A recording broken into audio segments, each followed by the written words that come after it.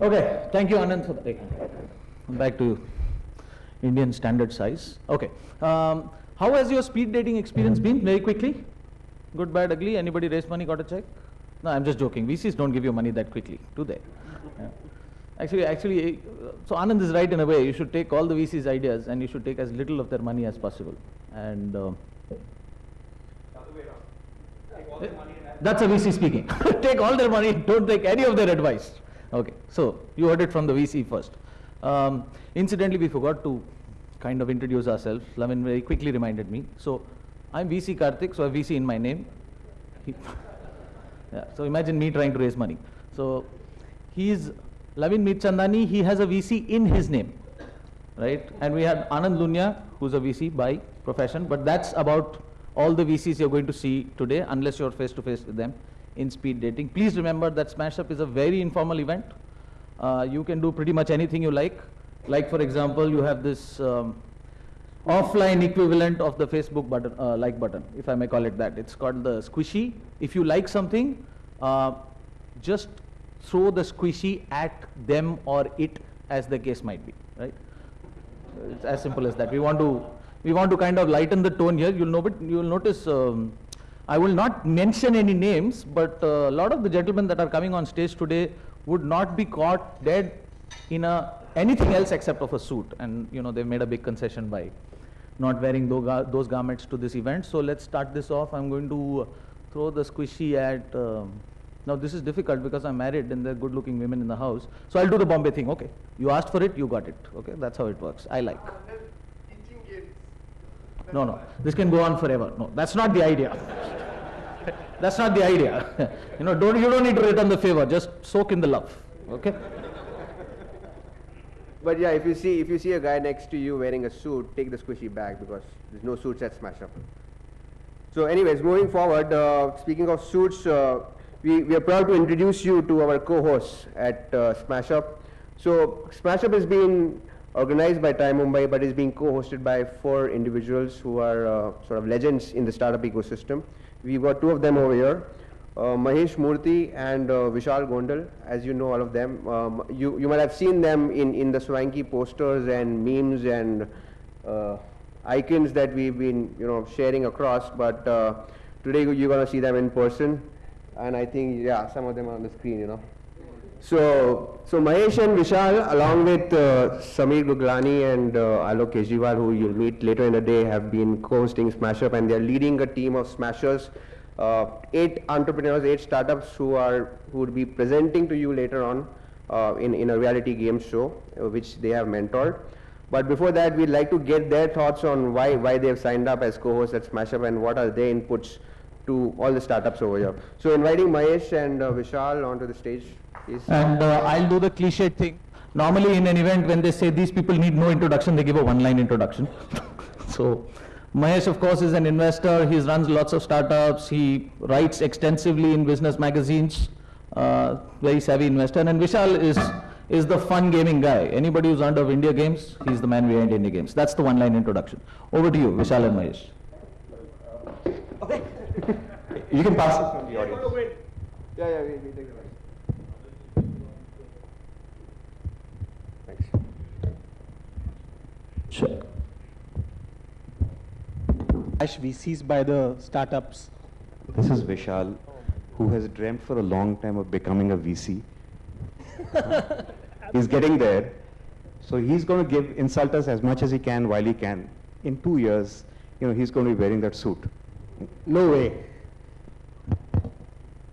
Hi, why are you guys standing out there at the back? I mean, there's 2 entire front rows out here.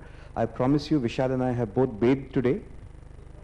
So it's safe to bask in our presence is not so far away. So please come up. Yeah? The reason I say this is, it is during this talk and the others, we hope that we don't talk as much as answer your questions. So why don't you guys come up? Look, I know you guys are IIT and all that, but this is not one of those backbencher classes. Come.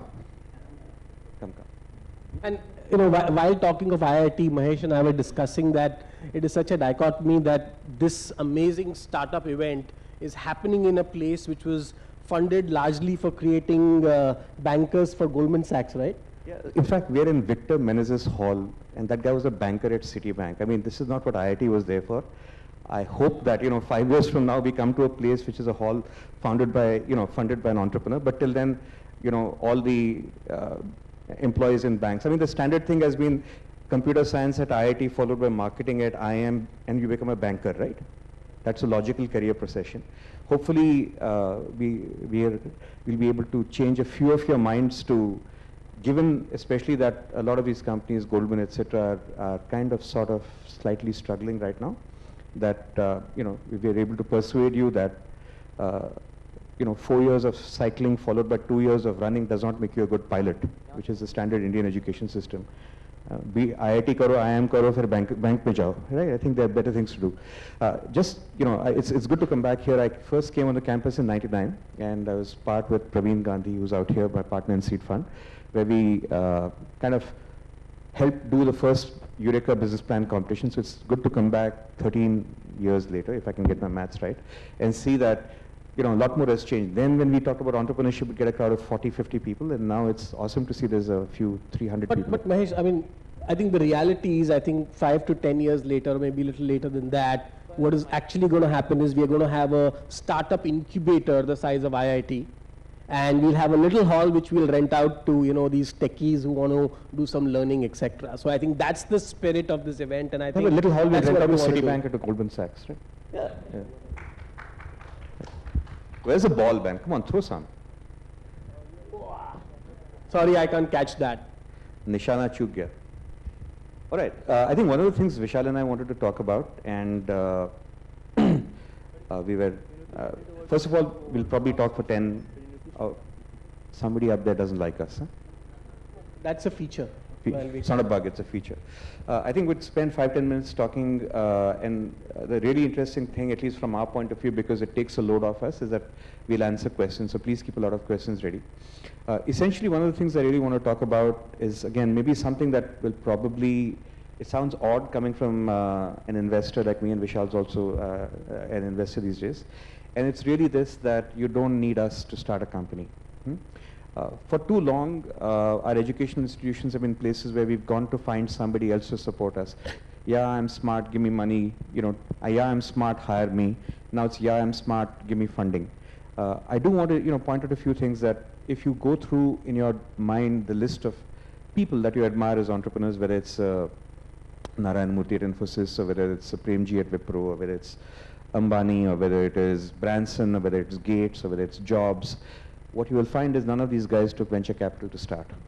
And even if you look at the top 500 companies on BSE today, I don't think even more than 5 have been venture capital. The important thing to know is that we are actually plan B. Investors like us are plan B. Plan A is always figuring out how to start your company without getting funding, and hopefully, more importantly, figuring out how to run your company when times are tough, money is tight, and you have almost nothing left, right? So maybe one of the things that we can talk about right now is, I remember 2001, 2002, when, or maybe 3 or 4, I'm not sure when, 2002, Praveen, my partner in Seedfund, was an investor in Vishal's company, and we were kind of, we agreed to politely say that we were going through a fuck time, right, at Indiagames.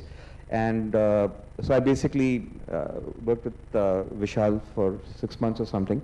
And the job ahead was the fact that we had no money in the bank. We had, 60, 80 people in the company. We didn't know where the salaries were coming from. We were screwed, literally. And we had to figure out our product that we were making then, which was contests to run on the desktop, was not really working well. And so it really looked like the end of the world. You had huge payroll to meet. Your product nobody wanted, and there was a VC who, parachutes me in saying, Vishal, I don't know where we will go, but let's see what we can do. So we're pretty much in that situation. What happens then? Well, we go to Los Angeles. I think the key thing what happened is that one thing which we figured out is that we have to find a way to make it work. I think a lot of times when we hit a product which is not working or hit a wall, we try and keep going and hitting that wall again, hoping that that wall will break. But the reality is that at some times you may just have to go and move to another wall. And I think that was a time we took a critical decision of actually moving to mobile gaming, because PC gaming or whatever we were doing online was going nowhere. And now just think about this. This is 2003. When mobile phones were just introduced, the rates were 16 rupees a minute, and when we went back and told our investors that we are going to start making games for mobile phones, of course people thought we were stupidly crazy, but we at least saw here was a wall which was not yet there, so at least we could go in that direction because there were walls everywhere. And I think the problem goes back to the fact that a lot of us missed that part, and I think that's what we identified. Yeah. So I think I can also give you another example of, again, a personal investment a company called Compass Box had invested in. It came through a very curious phase. It was an educational services company. We had teachers in India teaching students in about 10, 12 countries.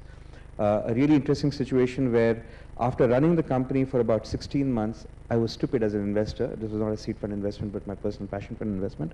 I figured that one of the promoters was stealing money from the company, right? So it's an odd case. So there were two promoters. They were very good friends. So, I just acted out of what I felt was ethically right at that point. So I asked that one promoter to go.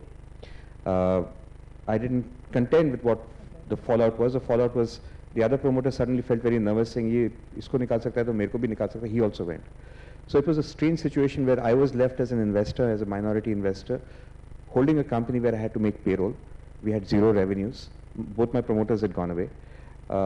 I had a partner then called Arun Pai, and we'd keep joking about the fact that we were so screwed. We'd keep looking at each other, and just like Pramod said, right, misery loves company. The only thing that kept us from going batshit insane was the fact that we could cry on each other's shoulder. So one really good thing about having a team is that at least you can cry on somebody's shoulder without being embarrassed. So we used to keep telling each other that this is a character building exercise, and it would get particularly tough. You'd say my muscles are bulging with character. So much of my character has been built because we are broke, we have no money to pay. But again, we found a strange way out. We just told the guys, we leveled with the company and said, you know what, we have no cash. We don't know what to do. We're trying very hard to sell the company. At some point, cash will come. We're trying blah, blah, blah. And amazingly, the entire company turned around and said, that's okay, don't pay us salaries till you get cash. They worked for 2.5 months at no salaries. The entire company, not one person left. At the end of the 2.5 months, we had successfully sold the company. We got them the salaries, got them the arrears, and at least we did good by them. I mean, we as promoters didn't really make very much, but at least every one of the employees went on through. So that's an area where I'd say I failed. But at least, like to use the words Vishal said, we figured that if there's a wall, you can't just give up. You have to figure out another. And I think, and just adding to this, I think pain is good. I think when we, come to these challenges, when there is no money, when, you don't have, people come and say, I can't find team members, I can't find marketing, I can't find all these things. I think it's actually good, and it tells me that you are actually moving on the right track, because if things are very, very easy, then you're probably doing software services and body shopping. I mean, those are the kind of business models or services where everything can go smooth. I mean, of course, they have challenges too, but I think that is one very important thing. But unfortunately, with all the so many seed funds and angel funds and all these TV shows and Mahesh's appearance everywhere, people think that, He's jealous. He's just jealous. People think that, getting funding is the be all and end all. And that's what is really the goal. But people forget that, वो बोलते हैं कहावत है that, जन्नत में जाने के लिए पहले मरना पड़ता है. Everybody wants to go to heaven, but nobody wants to die. So I think for a startup to succeed, you have to die every day for many, many days till you reach a stage where you are fit to go to heaven. And by the way, the heaven is also not a heaven. I mean, that's the second part of the story. So, and Mahesh is not there. I don't know what to say. Do you like us, or do you think this is all balls? Okay, thanks. I think, I will add to that. I just want to ask you, Vishal, how many business plans have you seen and how many investments have you made? I think on an average, I get an email a day of a business plan. But my criteria is that I only see or meet people who are referred to me by someone. So, that is 365, roughly 365 plans a year. But people who actually refer me, and that's a tip for people over here, that if you just send a mail to someone, that is not interesting. But if you can get somebody credible to write a mail to you and say, hey, Vishal, why don't you look at this? That gets you credibility. So that is my criteria. I always look at those What plans. is the ratio? So the ratio is I may probably meet about 50. And out of that, how many? And I may invest in maybe 2 or 3 or 4. So his ratio would be somewhere between 90s to 1. and 50:1 or whatever it is, right? And I want to tell you that I've been looking at plans since 99, and these 12, 13 years, I've probably seen 10,000 plans. And I've made Passion Fund and Seed Fund included 32 investments, 34, 35 investments, right? So 35 on 10,000 is 300:1. So essentially what I'm trying to say is that with any investor, you will find odds of getting invested anywhere between 100:1, 50:1, 2, 3, 400:1. This is not to say that the other 399 or the other 299 companies die, and that's really the important point I wanted to bring out to you. Just because an investor says no doesn't mean that that is an invalidation of your plan and that is an invalidation of your options. In fact, I want to add here that actually in my first meetings I always say no, because I'm a great lover of food and I love seafood, and when I say seafood I want to see what these guys are doing for the next few months or so. If you meet any VC, believe me, they will watch you for some time, or and keep track of you, because that is what we want to see. I mean, for the first time, everybody's excited with the plan, but the problem is, the minute you say no, is his excitement enough to go back and execute the plan, or say, "Arey yaar, nobody's giving me, let's go back and do my job," or whatever else. I mean, that is the kind of attitude, and believe me, unfortunately, we see a lot of people who come with these plans, and within, by the time they, meet all the angels and all the investors, it's all fizzles out, and, by the third month, they are back to where they were. So I think those kind of challenges are actually bigger, and I think people should not be getting discouraged by the no's, because only after maybe 20 no's will you get one yes. And there's enough ample proof. I just came, a few days ago, I saw this movie, Vicky Donor, which reminds me of something interesting. You are all here because one sperm out of about 100 billion made it, right? 1 out of 300 is nothing here. You're here because 1 out of 100 million made it, which is why you exist, right? So all I'm really trying to say is that if you give up, you're probably giving up too early. You have to figure a way to get back. And it's really truly said, in most of the cases, you want to build a business where the investor comes after you. And just to add to that, you have to keep trying till that happens also. So it is not, a lot of people do it once and it doesn't happen and then they give up. We're talking about startups, yeah. Vishal. Okay, right? Exactly. So I think the only point I wanted to make out here was, don't necessarily depend on us. To get to us, actually, I mean, at Seedfund, we've really made even investments out of emails, out of people who've connected with me on Quora, people who've connected with me here, and so on and so forth. But nothing really happens at the first meeting. I mean, it takes time, it takes time, it takes time. We see how stuff is going. And again, then it's luck. At some point, for example, the kind of things that he may invest in, I may not, and vice versa, because he's got a particular thesis of the world, I've got a particular He invests in anything called Android, a tip. Yeah, and he's in that losing system called iOS or whatever it is, right? So. We keep having this fight. In fact, I just got a phone from Anand. It's called the Lumia.